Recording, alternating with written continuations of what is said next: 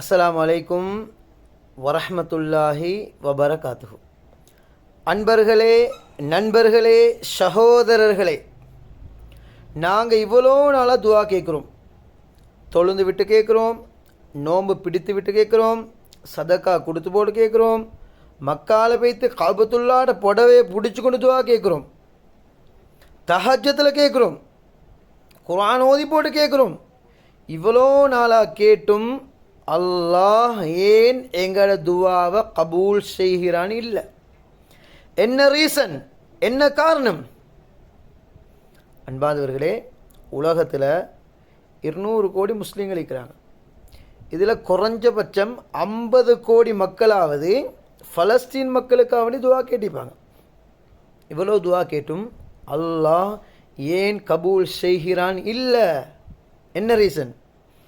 முதலாவது ரீசன் தான், உடம்புல ஹராங்கள் வட்டிகள் கலப்பட்டிருந்தால் அல்லாஹ் துவா கபூல் செய்ய மாட்டான்.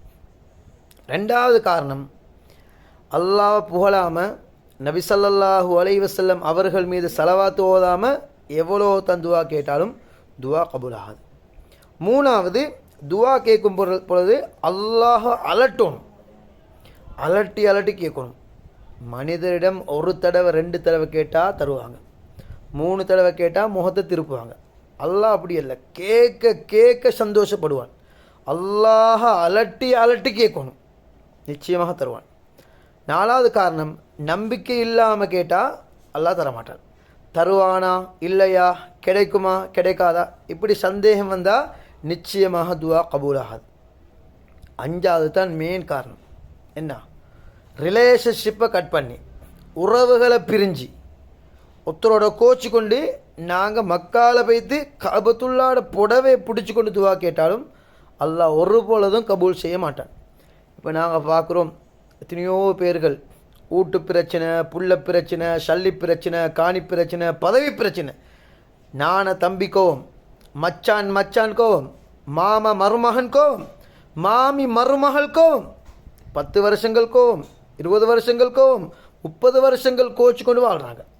நபி ஸல்லல்லாஹு அலைஹி வஸல்லம் சொன்னாங்க, யார் 2 பேர் 3 நாளைக்கு மேலால் பேசாமல் கதைக்காமல் வாழ்ந்து அவங்க 2 பேரும் மௌத்தா போனால் அல்லாஹ் பாதுகாக்கணும், 2 பேரும் நரகம் நுழைந்துடுவாங்க. அதனால் அன்பார்ந்தவர்களே, இந்த ஷைத்தான நோக்கம் என்ன தெரியுமா? மெயின் சுவிட்சில் கை வைப்பார். இப்போ நாங்கள் மெயின் சுவிட்ச் ஆஃப் பண்ணி போட்டு லைட்டை போட்டால் வேலை செய்யுமா? ஃப்ரிட்ஜை போட்டால் வேலை செய்யுமா? அவனை போட்டால் வேலை செய்யுமா? அயனை போட்டால் வேலை செய்யுமா? இதே போன்று தான் குடும்ப உறவுகளை பிரிஞ்சு போட்டு நாங்கள் அழுந்து 27ஆம் ஆண்டைக்கு அழுந்து துவா கேட்டாலுமோ, மக்கால வைத்து காபத்துல்லாட புடவை பிடிச்சி கொண்டு துவா கேட்டாலுமோ, தஹஜ்ஜத்தில் நாங்கள் எவ்வளோ தானே அழுந்து துவா கேட்டாலுமோ அல்லாஹ் ஒரு பொழுதும் கபூல் செய்ய மாட்டான். அப்போ அன்பார்ந்தவர்களே, துவா கேட்க முன்னால் அல்லாஹ் புகழ்ந்து போட்டு ஸலவாத் ஓதி போட்டு நம்பிக்கையோடு குடும்ப உறவுகளை பிரியாமல் கேளுங்கோ, நிச்சயமாக அல்லாஹ் தருவான், தட்டவே மாட்டான் இன்ஷா அல்லாஹ்.